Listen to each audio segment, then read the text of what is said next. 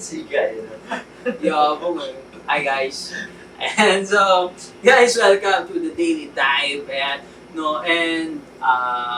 We are now at our episode 7, part 5, and the last part of this week, no? For this week. So, Kuya, pasok. Ano ba ating malupitang tugmaan ngayon?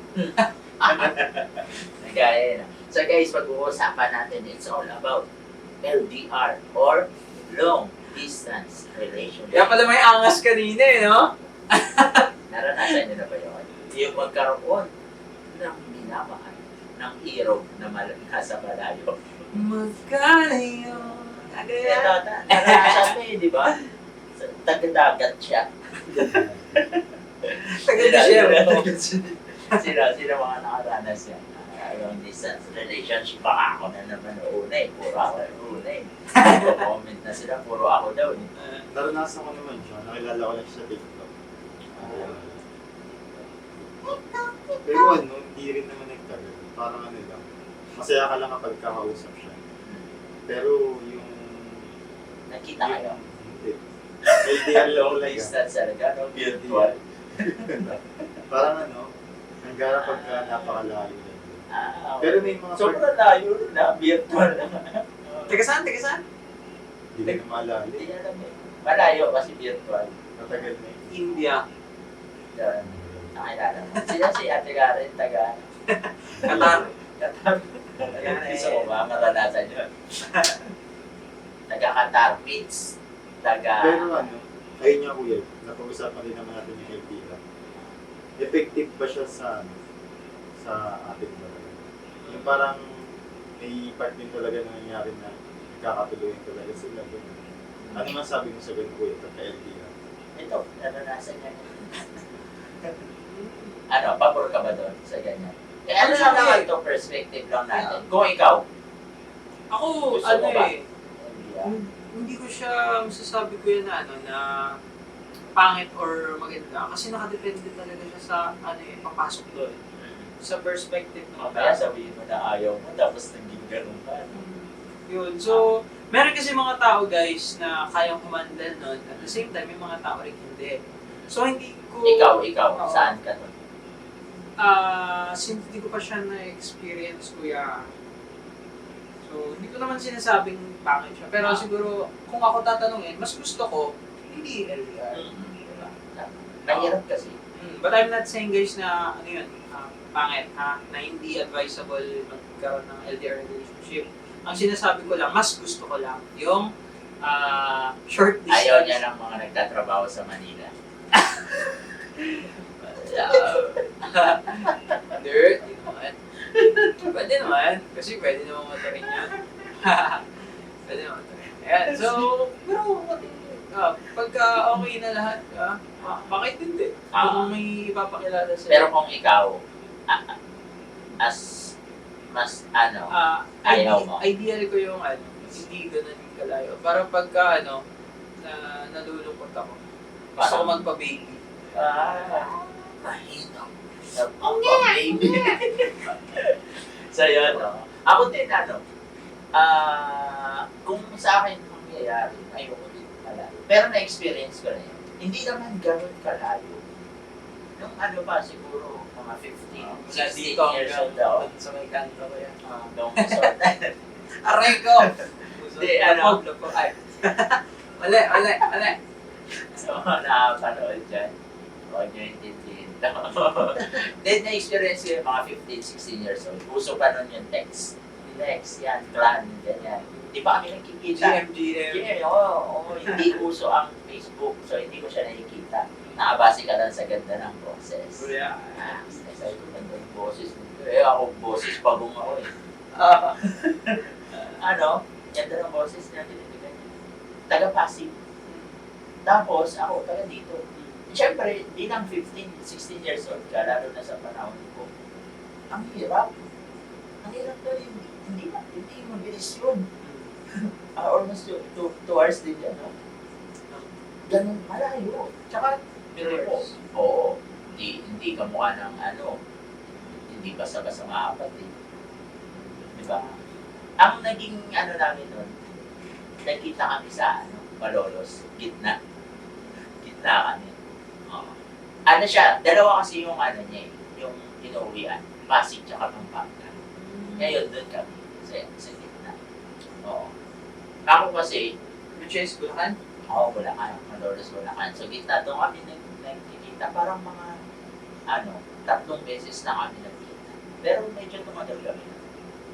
Unang 2 beses, puro siya ang pumupunta dito. Una sa Malolos kami nagkita. Sumunod, dito mismo, sa amin, dito. Pero hindi ko siya pinunta sa bahay doon kami sa kapila. Sa pinsa namin doon. Siya lagi nag-e-effort. Ganito. Pangatlo ako naman yung pumunta ng Pasig. Ganyan. So, sabi ko, hirap. Lalo na bata ka. Kaya, makapagsinungaling ka sa magulang mo. Sa Hindi ka pera. Oo, ganyan. So, ang mahirap. Kasi, hindi kayo, yun nga, pagka gusto nyo magkita, hindi kayo agad makakapagkita. Pag may problema, yun ang pinakamahirap. Pag nagkagalit, hindi mo masusuyo agad. Lalo naman kuya, hindi pa uso ang voice chat nun. So yung mga text ninyo, walang emotion. Ayun. Ngayon, pwede mo video ko doon. Tsaka ang dalitan. Ngayon din. Oo. Pero long distance, ayoko din. Ayoko ng long distance relationship. Ayoko. Kasi ma-effort akong tao through physical. So kasi kuya, yung long distance relationship, siya kailangan ng mas matinding pasensya, pagtitiis, no? Oo. Self-control. Uh, Alam niyo yan guys, kung sino yung merong mga dyan. Partner, asawa, alam niyo yan kung gaano kanila. yung mga kamag-anak ko kuya, yung asawa nila nasa ibang bansa. So, struggle, di ba? Ang hirap. Ako hindi may mga ganyan. Lalo na kung may pamilya ka na. Tapos mag-a-abroad yung isa, nanay or tatay. Ang hirap kasi yung family, hindi kompleto. Kasi wala yung isa. Lalo dati, kuya, no? Kasi ngayon may mga video call na. Oo. Tawag na, Totoo. napakadali na ng means of communication. So, pero andun pa rin syempre yung yung pangangailangan physically, di ba? Yeah. Pero yun nga, ngayon, medyo madali-dali kasi parang anytime pwede kang tumawag, ganito, pag break time kung nasa abroad man yun, medyo kayo. Pero kung mag-asawa, kahit na mag-asawa, may nagkaka-problem. Di ba? Sa ganong parte, mahirap talaga. Kahit naman siguro, depende siguro sa pangangailangan. Kailangan mag-abroad kasi para sa inyo. Para sa family nyo. Pero kung for sure yan, papipiliin, anong gusto mo? Kung malayo siya o lahat. Ay, hindi. Kung maaari, dito na lang talaga siya. Magkasama. O kaya naman lumalayo lang yung long distance relationship. For sure yan, work. Pero mas fast. Ano yan applicable yan guys sa sa mag-asawa na. So, kaya kailangan nila maglayo. Kasi Kahit boyfriend, girlfriend siguro. Kaya siguro sila magkalayo. Kasi na-work yung isa. Diba? Hindi naman pwedeng, okay, mahal natin sa isa, pero walang opportunity dito. Walang opportunity dyan sa Lomay. naalala ko tuloy siya Sa Australia, meron. Naalala ko si mama at papa ko dati. Isipin mo, walang communication na na madalang lang yung tawag. Sulat sila. Tapos si Papa nagpapadala ng picture yun. Tapos may message sa likod. Ganon. Tapos may nakakatawa pa doon part. Sorry guys, medyo SPG. Si Papa nag-iiwan ng niya, book niya. Dinidikit niya doon. Seryoso. Pumira. Kinakwento ni Mama. Natatawa si Mama. Pero, di ba? Oo. May mga ganun. Pero mahirap. Sobrang hirap.